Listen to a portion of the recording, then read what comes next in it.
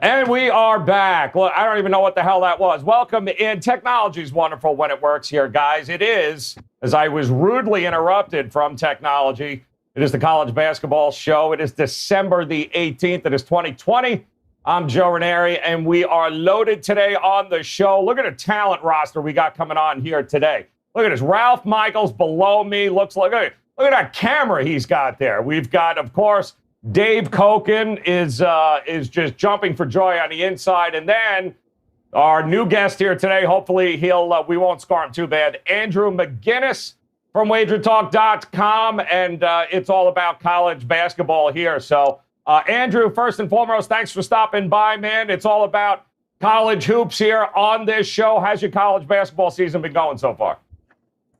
I appreciate you guys having me on the show. It's a pleasure to be here. And, Joe, it was a slow start for me, and things are certainly picking up about 61% since the start of December. And I'll take that any month, any week, any day. So happy to have that, and kind of just sticking to my conferences, sticking to a couple teams and not trying to go too far away from those. But other than that, it's been great to have college basketball.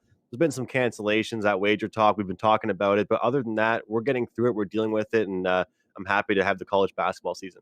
All right. You can also grab Andrew on Twitter, guys. Follow him at McGinnis Picks. You'll have the some great stuff there all the time, by the way. It really is a great follow. Make sure you check him out, guys, at McGinnis Picks on Twitter. And, of course, that leads me to Mr. Dave Koken, who is celebrating here today. And if I could sing, Dave, I'd sing right back at you. Congratulations. Another 5% winner from you yesterday on the card here on this show. Never a doubt, right? In that game in Delaware State, never a doubt. Yeah, there was plenty of doubt in the first half because Delaware State just shot the lights out. But, something I tweeted was probably going to have a pretty good regression in the second half. I mean, teams right around 30% on threes, and they were over 50 in the first half. But the pace was what I wanted. And Coastal they killed him in the second half. So they got it as high as 31 with a couple minutes to go and coasted home from there. So the 5% plays across the board for 2020 are now 16-4, which I think is 80%. Is that right? Yeah, it is. That's 80%. Yep. 70. I think it's 78% on all sports for the last 14 months on 5% plays. And the college basketball has heated up the last couple of days. The only downer last night was Loyola. They were up 50-41 with 2 minutes to go. Looks like they're going to get there, and they got outscored 7-1 in the last 2 minutes. So that spoiled the perfect night. But I'm pretty happy with the way things are going. I have up now. Let's see, a best bet for tonight in college basketball that I think is. I didn't make it a 5% play, but it's pretty close to it. Another college basketball angle, which has been producing at a tremendous rate. Small college football play on the MAC title game. 2 best bets in college football for Saturday and an NFL best bet for Sunday. So good sized menu. Sounds like a good time to get a weekend package and get all the plays at one low price. Well done, Dave. By the way, also a great time for you guys to head over to Twitter and follow Dave at Dave Koken is where you can do it. I know it's he went really different there. At Dave Koken. It's real easy to remember, guys. Always great information coming out there as well. And then when it comes to information and Twitter, nobody better than the guy below me, the neighbor downstairs, Mr. Ralph Michaels. And Ralph, talk to me about last night, what you got going on, and what kind of weekend are you anticipating here? A lot of stuff going on between college football, college basketball. We're going to have a little lull in the action here over the next week, but loaded card this weekend, including tonight. I misspoke, Joe. When I started saying normally Christmas is a down week, there's a decent amount of games scheduled next week. Yeah. So what I was thinking was going to be the case has not been the case. A lot of teams have rescheduled. I'm off a 1-2 day, and I lost my 5% play on a 3-pointer at the buzzer. And I was also on Loyola with Dave, which got outscored 7-1 to lose by a half a point. So one of those nights where you lose 2 games in the last 5 seconds each. But, you get those breaks, you give those breaks. You got to remember college basketball is a long season. I've got 2 comments to make. First, Dave Koken's Twitter handle? Yes. Well, when your Twitter handle is 100-year-old and you were the first person to ever have a Twitter handle, you're allowed to use your name. There was only a few of those, so Dave got that. And the second thing I have to say is, those that were watching and all our cameras froze, the college tip-off camera saw McGinnis and saw a good-looking young guy saying, "What the hell?" Yep. Between Dave and me and Brian Leonard and Mejia, it's like, this guy doesn't belong here, so all our cameras froze. So, shit, we got to get through it. Listen, Ralph Michaels coming out swinging here, Koken. I don't even know what to say. Ralph. Dude is just coming out swinging. He's actually accurate. Because look at that! For instance, new sweater Dave's been wearing. How nice is that new sweater? I mean, come on. I've been at this stuff so long that everything's just my name. That's right. My email is just my name.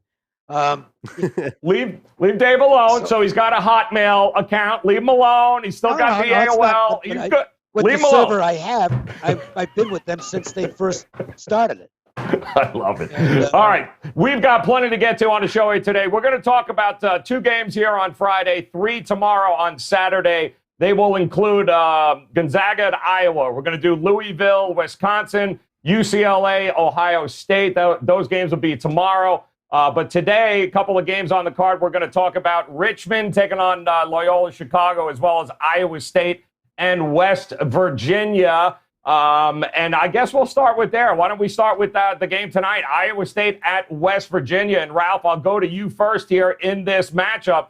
How do I put this polite? Iowa State sucks. I really don't know any which way else to say it other than the fact that I watched them against Kansas State a couple of nights ago. They can't rebound. It's not a very good team this year. West Virginia is a very good team this year. That has all the makings of a blowout game here. How do you see this working tonight? I'm on West Virginia. Joe, let me say this. Iowa State sucks, and Kansas State sucks a lot more, yet Iowa State lost to Kansas State. Now, Iowa State had one returning starter this year. He did not play against Kansas State. He's not expected to play. Iowa State had 13 first-half turnovers against Kansas State. Kansas State and their number 200-some defense. Now imagine playing this pressing top 10 defense of West Virginia. I can imagine 25-plus turnovers. Only one way for me to go. Dave, do you agree with the Iowa sucks concept here? Iowa State is just not a good rebounding team. Too much muscle in the middle. I don't know how. Can they keep this game close? Well, if they shoot the ball well, I guess they can. But here's the thing. Now, they really actually shot the ball well inside against Kansas State. They were 18 for 29 on their deuces. They're 62%. That's good. But everything else was terrible. They got out rebounded by 10. They had an assist-to-turnover ratio of 18-10 the wrong way. I mean, they're just a bad basketball team. I guess the danger here is that, look, the line's really high. And West Virginia's got Kansas up next. That's a monster look ahead. So, it could be one of those games where West Virginia doesn't bring the intensity and is just happy enough to get out with the win. Other than that, I can't make a case for Iowa State. But look, the line is very reflective of public opinion on how bad Iowa State is and how good Wisconsin is. I mean, look at this price. Yep. It's enormous. I think it's too high to lay. I mean, I'm not. Believe me, I'm not trying to talk anybody into betting the dog in this game because I'm certainly not going to do so. But the right price in this game is probably about 12 or 13. So you're paying a premium if you want West Virginia. You might get there anyway, but not with my money. Yeah, it is a big number. Andrew, West Virginia, tough at home. They're coming off a game against Richmond where they shot 58% from three-point range on a really good Richmond team here. How do you see this game playing out tonight? Maybe an over in this situation? What do you got? Well, I'd love to be able to play the contrarian here and say to look at the other side. But, just to piggyback off Dave's angle there, talking about this number that we're getting, The only thing I would say with this is that I trust West Virginia's defense. So if they get up by a solid margin, I don't really expect any back doors to be open late in the second half. So that's my issue, with an Iowa State side, because I think the only way they cover this game is by a late cover coming through the back door, and I just don't see that coming. One thing important to mention, though, and Dave talked about it, Iowa State, they're actually ranked pretty high, 18th in the country, 59%. With 2-point field goal attempts. So they struggle big time from 3-point land, and it's not going to get any better as this West Virginia team is limiting teams to 26% from shooting from beyond the arc. So I just think the overall high-low action, the depth of this West Virginia team is going to be way too much for Iowa State. And look, on this young college basketball season, I'll call it young still, there has been opportunities to be able to take a team that hasn't been playing well. All of a sudden we see a really big spread and hop on them to at least show some pride and keep things close. But we've all, so far, you guys, and I'm going to hop on it, we've all said this Iowa State team sucks. They're not good. They stink. We can all say so many things we want about them. But the fact of the matter is they haven't done anything to encourage me to want to put my bankroll on them. And also with Iowa State ranking 304th in the nation in rebounds per game, rebounds is that small category that you really want to see at least teams that are bottom feeders come into a game, or teams that are big underdogs come into a game and show some pride with and be able to get some offensive boards for second chance opportunities. I don't see that with this Iowa State team, which is why I think West Virginia gets the lead and holds on to it and covers this big number. Yeah, one cautionary note, though, and this is what these are the margins of victory for West Virginia: 8, 12, 6, 9, 12, and they did beat Richmond by 16. So as impressive as they've been, they're not killing teams. And I understand that Iowa State isn't very good, but you can make an argument that Iowa State's at the same rough level as South Dakota State. I don't know, they're maybe marginally worse than Western Kentucky. They're as good as Georgetown. They're as good as North Texas. West Virginia is not as impressive as they've been. They're not slaughtering teams. That makes me reluctant to lay a big number. Yep. Yeah, and with that being said, sorry, go ahead, Joe. Go ahead, Ralph. I want to make one counter with Huggins, just because I watch a lot of West Virginia games. He's used 12 men up to this point. He will now shrink that to 7 or 8 guys. That's going to make those margins, I believe, a lot tighter with the rotations being smaller. Yep. Now into Big 12 play. Do you guys look at a first half with an angle like that? I mean, we're talking about this, the separation. We're talking about the win margins, but we're all talking about how much better this team seems to be, or at least how much better they're playing. From your guys' vantage point, I haven't been on a show with you guys yet talking hoops. Do you guys look at towards a first half with that to try and cut this number in half? Well, I play a lot of first halves. So what's your opinion on it? I mean, West Virginia had a 49-30 lead over Richmond, and then they got outscored 41-35. So that is your point. So, yeah, I think he's going to tighten the rotation. So, no, I prefer full game in this. But give us your thoughts on your first half. Are you going to back West Virginia first half? Well, I'm comfortable with this win margin, but I think, that was more so directed towards Dave as well, just based off talking about that win margin we've seen versus their other opponents. And looking at Georgetown, looking at North Texas and Richmond, the games they played against them, based off what we've talked about. And I've talked about West Virginia's defense. That's why I think I'm not worried about a backdoor cover, because if they do cover, of course, it will be late in the game with the bench players being in. And like you said, Ralph, they're going to tighten that rotation and have those players they're more comfortable in on the court. And I think that's why I'd be fully comfortable with the full game. But I think if you're not comfortable with that depth, play the first half. I got a better idea. If you're not comfortable, thank you very much, Dave. I was going to say, here's the thing. We can't keep beating a 15.5 favorite over here at the situation. If you're comfortable with the 15.5, play it. If you're not, let's look at the other game going on here. This is a part of my philosophy on big favorites. Now, I don't mind laying a big price. I did it last night with the 5% play. But I need the matchup to be favorable, and I need the scheduling spot to be favorable. So last night I didn't have a problem laying 21 because I knew the pace was going to be fast, and the scheduling for the underdog was horrible. They hadn't played in almost a month. So it's like this team's going to get run out eventually.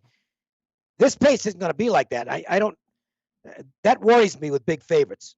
When it's double digits for me, I want a high scoring scenario for a double digit favorite, rather than one that's low scoring. And I'm worried about the tempo here. But again, I'm not trying to talk anybody off anything in this game. I don't have a good opinion on this game. All right, then we'll move on to the next game, which of course is a team in Richmond that this West Virginia group beat there and beat them rather easily. I know there were a lot of folks expecting that to be a little bit easier, a little bit better, but the number is 2.5 against Loyola that got kind of smacked by Wisconsin last time out. And the Richmond team, of course, lost against West Virginia. Ralph, I'll start with you here. It's a short enough number here. How much do you trust Loyola in this spot? Well, I have no problems not trusting. We talked about it with Wisconsin. I didn't have an opinion in that game, but I think if I had to have a lean, I said I would go with Loyola in a lower scoring game. They kept it close early, and then Wisconsin just, had too much height down the road and took care of them. So this Loyola team, I have this game power rated, as a 1 point line. So not my number's right there. Now, Richmond's one of my favorite teams. I was on them against Kentucky. I was on them against Northern Iowa. And so, having one loss to West Virginia, nothing wrong with that in my book. I actually think Richmond, to me, can be a top 40 team this year. With the talent they have, I like their senior guards. You have Gillard and Francis. You have 2 senior guards. You have 4 senior starters. And, with this game tonight, even though I'm a big Loyola fan, in a pick'em situation, I'm going to take the more experienced team with the more returning starters, only 6 games in, and the 2 senior guards who I love both. So won't make my card, but a clear opinion on Richmond. Dave, how you see it happening here tonight with these 2 teams? Well, I was very impressed with the way Richmond bounced back from the bad game. They absolutely killed Vanderbilt. That the final score was 11, but it wasn't remotely that close. This game was 45-21 at the half. Now, it's not like Vanderbilt is a powerhouse by any means, but that's still a really impressive blowout win. And, this isn't an easy spot for Loyola because, first of all, it's a write-in game. It's one of these games that got scheduled on the fly. They are having to travel from Wisconsin. They didn't play well after a good start in that game. They just got smoked. The spot would seem to favor Richmond. And all they've got to do is win the game. It didn't make my card, but I don't think I'd want to go against the Spiders in this one. All right, and Andrew, where are you at with these 2 teams? It's a coin flip game here in a lot of aspects. How are you going to play it here tonight? Well, we can speak about tempo, Joe, and I can talk about this Richmond team and the pace that they're coming out with, the eagerness, the hunger, whatever you want to call it, whatever kind of hype words I want to use. That's what this Richmond team kind of shows us in the first half. The second half is where I'm a little bit worried about them, or at least the pace of this ball game. Like Dave mentioned, that Richmond, that last game they played against Vandy, they were up by 24 at half, and things got a little bit interesting, a little bit of spread drama in the second half. I like the way they come out in games. They're averaging 77 points per game, but they're also just dominating these first halves. Loyola Chicago, they're going to come out hungry because they're off a game against a dominant team like Wisconsin, a team that can really shut you down and make you lose a little bit of confidence. They're going to be out hungry. Their coach will have them ready to go. My play for me in this game is over 66 first half. I expect this one to be a high-scoring game, but I'm going to narrow in on this first half in case things slow down and the defense picks up in the second. Interesting, a total number here too, Ralph. You've got the Ramblers 10-1 to the over in their last 11, and when you look at what the Spiders have been able to do, 8-3 to the over in their last 11. The number hovering around that 147 and a half mark here. Could this be a bit of a shootout here tonight? Well, the number's also much higher than the other Loyola numbers were this year. So, right. It's tough with Loyola. I mean, you've played Wisconsin, a top 10 team, and then the other teams are all 240 or above, beating Illinois, Chicago on the road, and Chicago State and a lower division team. So, with this year, I haven't seen enough of Loyola this year. Last year Moser, we know they're one of the slowest teams. 2 years ago, they basically were the slowest team in the country. Last year, they were in the 300s. This year, they're in the 275s. But again, I think the 275s is because of playing Chicago State and Lewis. You don't run up and down unless those other teams are forcing you to run up and down like Chicago State and Lewis do. So, I actually lean the other way on the total. I think those numbers are skewed because who they played, and then last year when they finished the Missouri Valley Conference, they were playing at a quicker pace.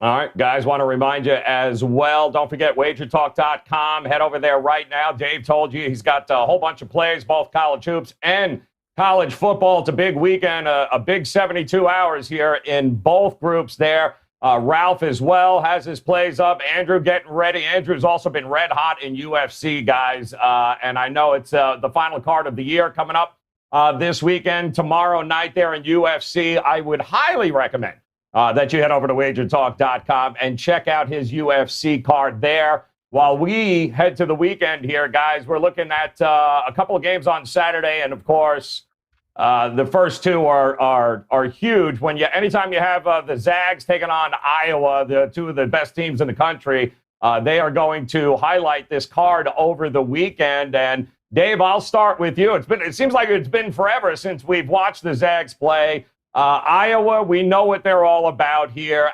What do you anticipate from the Zags at this point, since it's been so long? Well, this should be a great game. You've got arguably the two best offenses, at least right now in the country, playing on another. Gonzaga it'll be 17 days, I believe, since they played. And that sometimes, if you're going to point to one aspect, one variable that figures to be impacted by that much time off, I think it is the offense.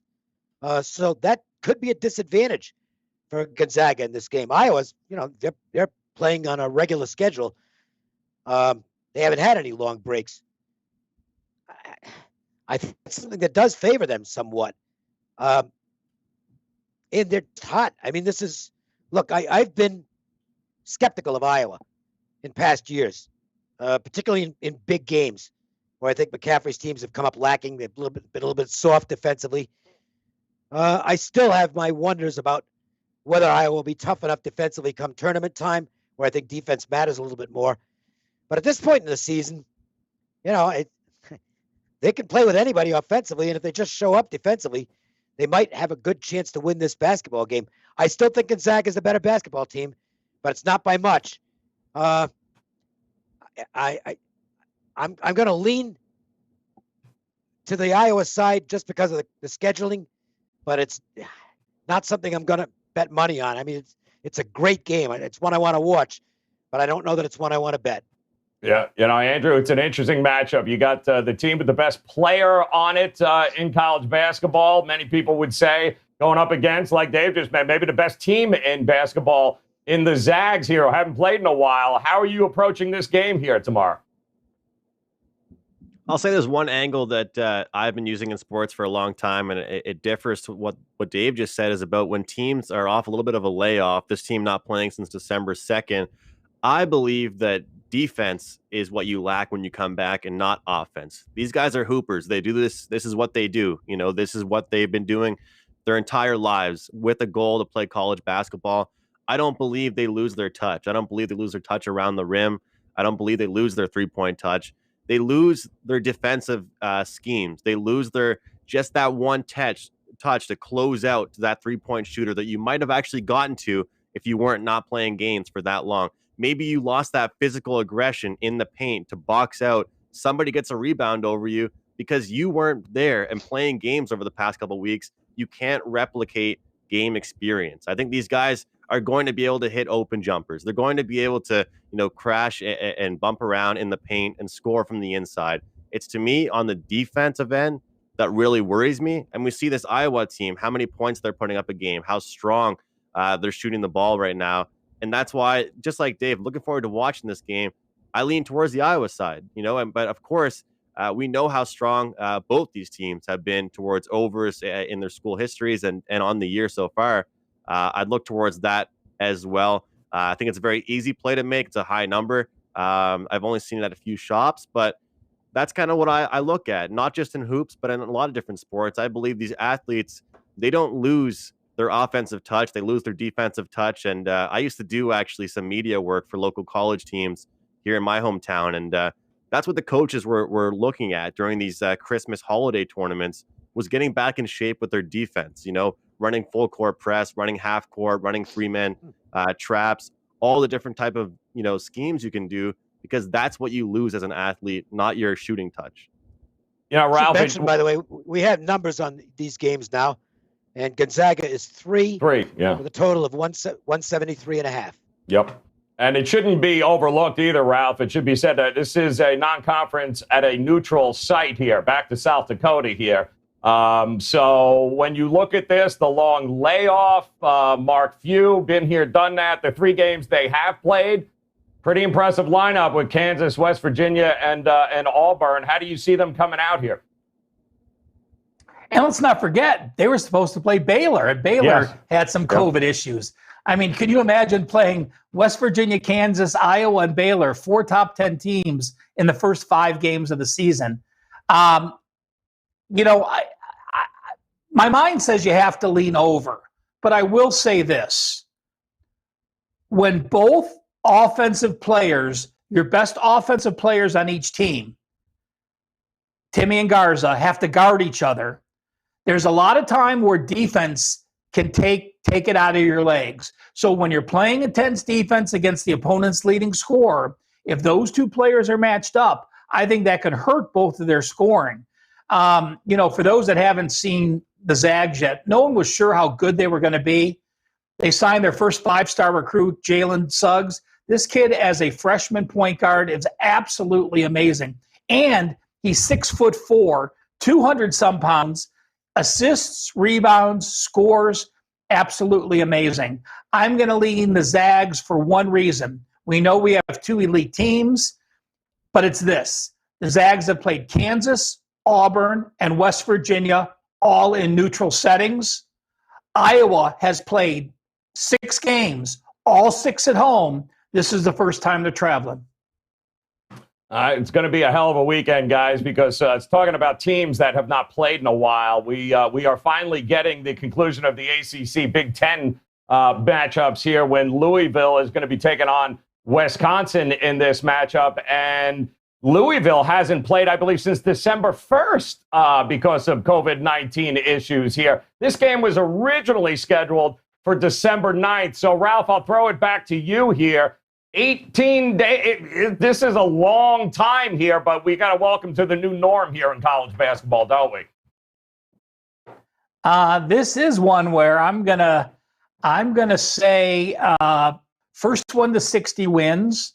I have not seen a total on this. If the total is over 150, then I am leaning. I under in this. I think both teams are going to get ready for their pace. Wisconsin has their Big Ten opener against Nebraska. Louisville has their Big Ten opener on Tuesday against Pittsburgh. So, having those games, conference games prior to Christmas, this is your final tune-up in those games. So I think you start tweaking your rotations. You've only had 4 games. You haven't played since the first. I think Chris Mack's moving his guys around. I think Greg Gard, was he comfortable with that Chicago win? Yeah, I mean, they pulled away, but they haven't played anyone. Their top opponent was that Marquette game, and they lost that, and they didn't look very physical against them. I expect physical, low-scoring game, certainly a lean to the under for me. Dave, it was funny. The Chris Mack there, the coach from Louisville, had mentioned this week as well to the local paper that he's only going to have 7 or 8 scholarship guys available of the 12 for this particular game. It really is just it's a big question mark around this team.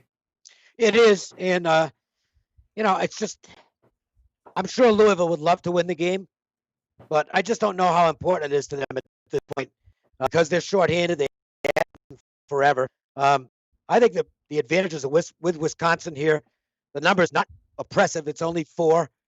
I don't think the Badgers are Ken Palm's got them at number 6. I honestly don't think they're that good. I think they're obviously a very good team, but I don't have them in my top 10, to be honest. But this spot favors Wisconsin. Not maybe as much as it would if the stands were full. The home court advantage would be really big here. With the situation the way it is, it's less of a home court advantage. But I don't like the spot for Louisville. So to me, it's got to be Wisconsin or pass. And how about it, Andrew? You look at this game here. I believe no Malik Williams is going to be one of those players that not available to Louisville with a foot problem. It really is just screaming Wisconsin in this game. How are you going to play it? It does. It looks like a Wisconsin spot, and I think a lot of it goes towards the defense. Like I said, this Wisconsin team, I've heard different opinions from you guys about this team, but when it comes down to it, what's going to really carry them is their defense. They obviously have some guys that can score, put the ball, but when it comes down to it, the difference in this game will be the pace, will be possession, and it will be on the boards. And I think that Louisville will get a little frustrated out the gate. I talked about how the offensive touch is not something you lose, but it's also when you come back against a defense like Wisconsin, it can be a little frustrating. So I think Wisconsin gets the job done, but I'm actually going to be a lot more comfortable with the under in this game because I think just like we talked about pace, this Wisconsin team, like I said, ranks 6th in defensive efficiency in the NCAA, and I think that's why they're successful. That's why they do well, and so they've struggled against teams that have put up strong numbers on them, and it's been a little more difficult for them. But I think in this game in particular, the spot is there for Wisconsin. But I don't think it's a blowout by any means. I don't think it's a stretch. I think it'll be a close one, but I think Wisconsin gets the job done. All right. And, guys, we got one more game tomorrow. We're going to go over here in just a second. UCLA taking on Ohio State. But we will also have our best bets coming your way. But a quick reminder over at WagerTalk.com, guys. Get there right now. The plays are up, ready to rock and roll. Ralph Michaels, his card is set here for tonight. Don't forget, Andrew McGinnis, UFC on fire, guys. 5-0, I believe, last time out here. He's got a card coming up for tomorrow's final UFC matchups of the year. Make sure you check that out. And, of course, Dave has already been locked and loaded. College football, especially ready to go. College basketball tonight. Doesn't hurt to head over to WagerTalk.com right now. Get yourself an all-access package and make it a profitable weekend with all of these gentlemen. Let's look at UCLA, Ohio State here, guys. What can we do about this? Ohio State, rough one against Purdue last out. UCLA really seems to be hitting their stride, winners of their last 5. This is going to be an interesting matchup. And, Ralph, I'll start with you as the Ohio guy here. Talk to me. The Ohio State loss against Purdue, UCLA. Do you feel UCLA is just getting started here in this matchup? Yeah, for those that watch our show, Dave and I both talked about UCLA last week. Excuse me. How Mick Cronin, who came over from Cincinnati, finally has them playing like the Bearcats. This is what you saw from Cincinnati. They are a defensive-minded team first. They are a team that's number 340 or so in tempo. They are a team that's getting good guard play from some young kids. Campbell's handling it, and Singleton and Vasquez. And this is an Ohio State team that I mentioned last week. No E.J. Liddell. He is their number 1 scorer, their number 1 rebounder. Holtman talked about how Cleveland State gave them a physical battle. They only won by 6. They were mauled again against Purdue. So now you're playing your third game in 6 days.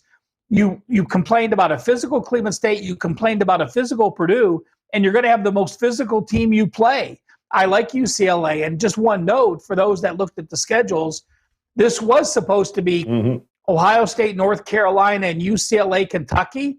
But because the Big Ten and the Pac-12 have the exact same monitoring rules for COVID, they decided they wanted to play each other and let the other 2 teams face off. So that's why we have the switch in the schedule, and it's the Pac-12 against the Big Ten. Dave, he mentioned Liddell there. That's 15.5 points a game, 7.5 boards a game. That is a lot of production to be missing going up against a team like UCLA in this game. It is. And I like this UCLA team because, as Ralph mentioned, it's taken on the personality of what Mick Cronin wants. Pac-12 is going to be a lot of fun this year. I don't think there's a top 20 team in the conference, but you've got I'd say maybe as many as 7 teams, maybe even 8, that could contend for the conference title, because Oregon's good, UCLA, maybe Arizona State down a little bit from there. Utah is maybe not quite at that level. Colorado looks like they might be even better than anticipated. Stanford's solid. Arizona's always tough. USC's going to be good. It's going to be a really, really good conference race. And even though there's not a top 20 team on my rankings in the conference, I think it's a strong league because they've got so many quality teams. I mean, California is really the only stiff in the league. Oregon State is not very good. Washington's not very good, but they're loaded overall in terms of balance. I don't know. Ohio State, I mean, they're 5-1. But how impressive have they been? Not really very, as far as I can see. The win over Notre Dame was okay, but not great. The loss to Purdue wasn't very good. I think UCLA is a little better basketball team at this point, and I'm willing to give the Bruins a consideration as far as this contest is concerned. Looking to see what the number is on it. It's a write-in game, so I've got to get down to that. There we go. Ohio State won. Oof. 135. Well, not getting the number I want. If I was getting 3 in this game, I'd be taking UCLA, but at 1, I don't think I will.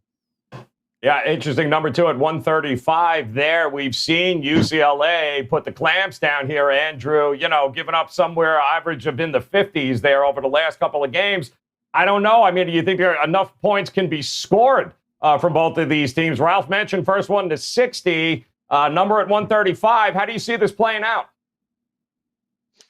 I don't like to use these cliche expressions too often, Joe, but it's fun to use them. Good teams win, great teams cover. This team isn't just winning games by a little bit. They're covering the point spread. They're winning by margin. And, even though I'm a younger guy on this panel and younger guy on Wager Talk, I'm a fan of old-fashioned basketball. It's what I grew up playing. It's what I've always known. And this UCLA team, they play unselfish basketball. They move the ball very well. They always make the next pass. They always find the entry pass to the inside. They get the job done from, different sides of the game. And that's what I really like about this UCLA team. Then you grab a guy that's literally averaging 15.5 points a game, like you said, 7.5 rebounds a game. You can't replace that. So you're already playing a team that's hot. You're already playing a team that can score from the inside and the outside. You're already playing a team that's covering their point spreads, not just by a few points, but by margin. And then you're missing a guy like that. I'm going to go ahead here with UCLA. I think they're a really strong team, and they mean business this year. Yeah, that's going to be a fun game. A lot of games, guys, here. Obviously, some very important games, even this early on in college basketball. Loaded this weekend with college football starting tonight. Both basketball and football in action, championship matchups, you name it. Now would be a good time for you to head over to WagerTalk.com. Now we'll go around the horn like we normally do. We'll throw out a couple of best bets, some of the games that we circled and we are looking at. But first, Ralph, I want to throw it to you. Talk a little bit about our friends at Gold Sheet and what they've got going on, including a great promo right now. Opportunity for you guys to get all the data we get at the Gold Sheet for $5 there, Ralph. 3 weeks. Use that code there. Explain it to us. It's. I will say this. The newsletter does go Thursday through Wednesday. So if you sign up today, you did miss the Thursday portion. You're only going to get 6 days, but there's still value. You go to goldsheet.com, you go to purchases, you go to the weekly college basketball section. It's $15. You click on it, you type in code BK2020, and you get that issue for $5. And then you get to log in each day and look at the write-ups. They do not do write-ups in advance. They are giving you write-ups each night, so you are getting the most updated information on those games. So check it out at the Gold Sheet. I picked the loser yesterday. The Gold Sheet play of the day had won 6 straight. Yesterday they did drop their play. Today's play, Eastern Washington and Northern Arizona under the total. And as I always do, if you follow me on Twitter at CalSportsLV, I will tweet out that write-up so you can read exactly why they do like the under. Look at the opponent's last 3 games each. Look at their previous meetings. And look at their year-to-date stats broken up overall and home and away splits. Love it, guys. Make sure you check that out. And again, Ralph's Twitter page, if you're just joining us, always a great follow. A lot of the information that we get here, in case you didn't see it, Ralph goes ahead and makes sure that you have access to it. And that's at Cal Sports LV on Twitter. Make sure you check it out. Andrew, we're going to start with you, my man. Neighbor to my left, right, I don't know. Anyway, the guy that's next to me over here, the younger guy's up top here, not by much. Go ahead and talk to us, Andrew. Tell me what you're looking at here tonight. Where should we focus our attention?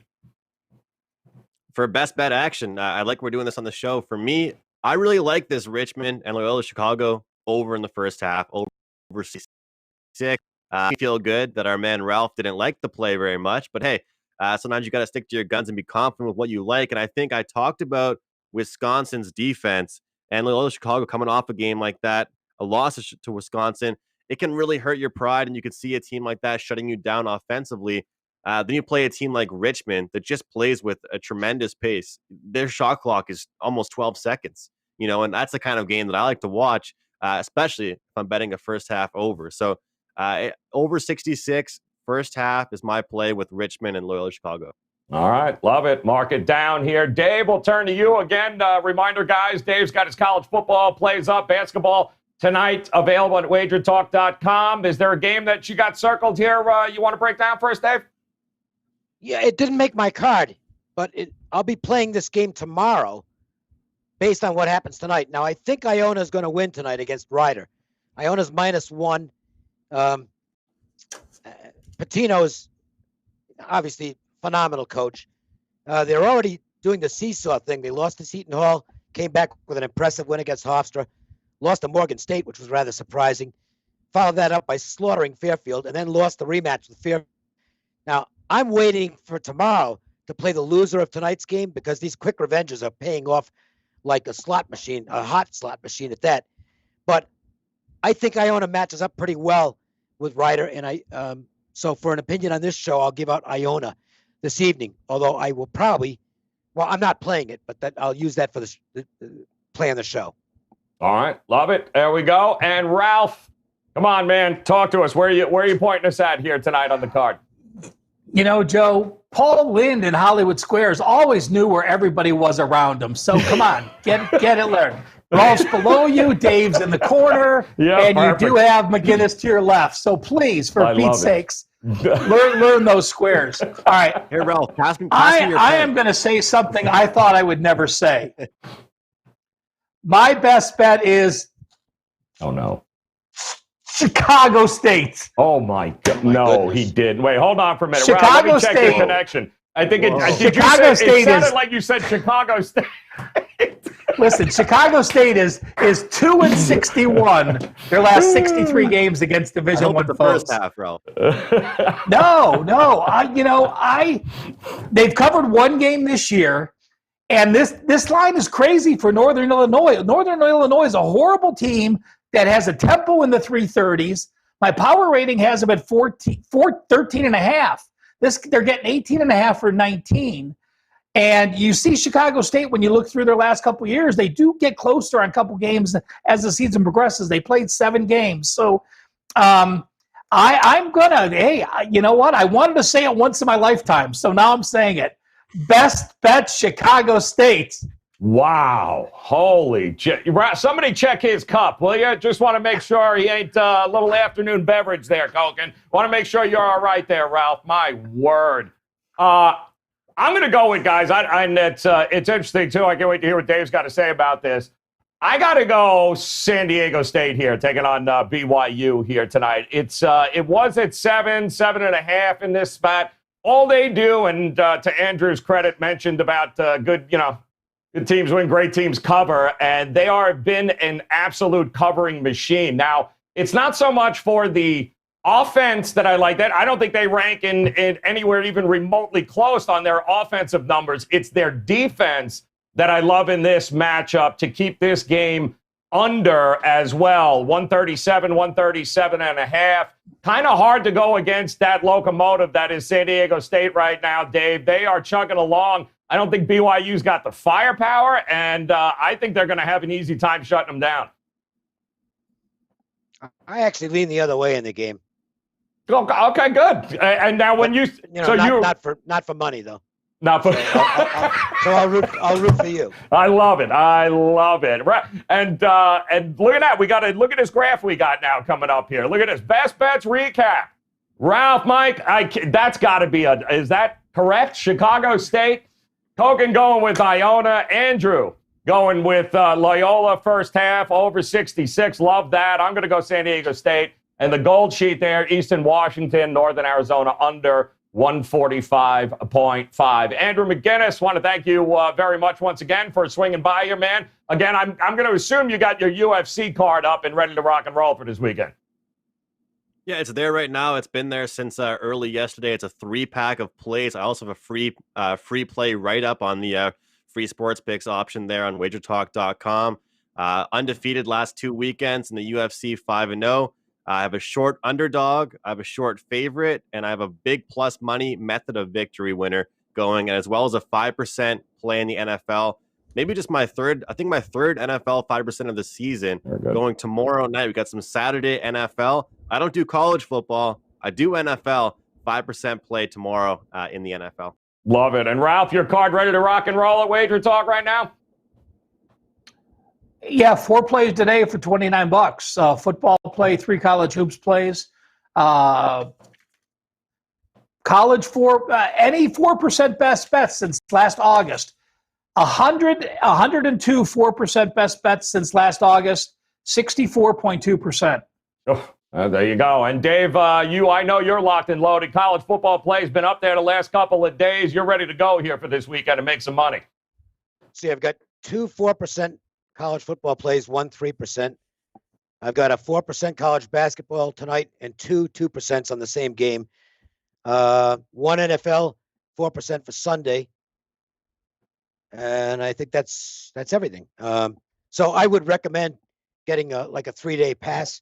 Yes. And then you get all the plays at one price. All access, guys. And if you're wondering what the sound is there, that is the 3 of these guys making it rain right now. That's exactly what you're hearing. The dollar bills hit the floor right now is what you got. Head over to WagerTalk.com. Get yourself the all access. Don't miss a play of Andrew's, Ralph's, or Dave's this weekend. And, of course, hit that little bell in the upper right-hand corner. Subscribe to the channel. Come back and hit us up on Monday. We'll recap it all. We'll get you ready for another week of college basketball. So on behalf of Ralph Michaels, Dave Koch, and Andrew McGinnis, I'm Joe Raineri. Guys, best of luck this weekend. We'll talk to you again on Monday. Good luck.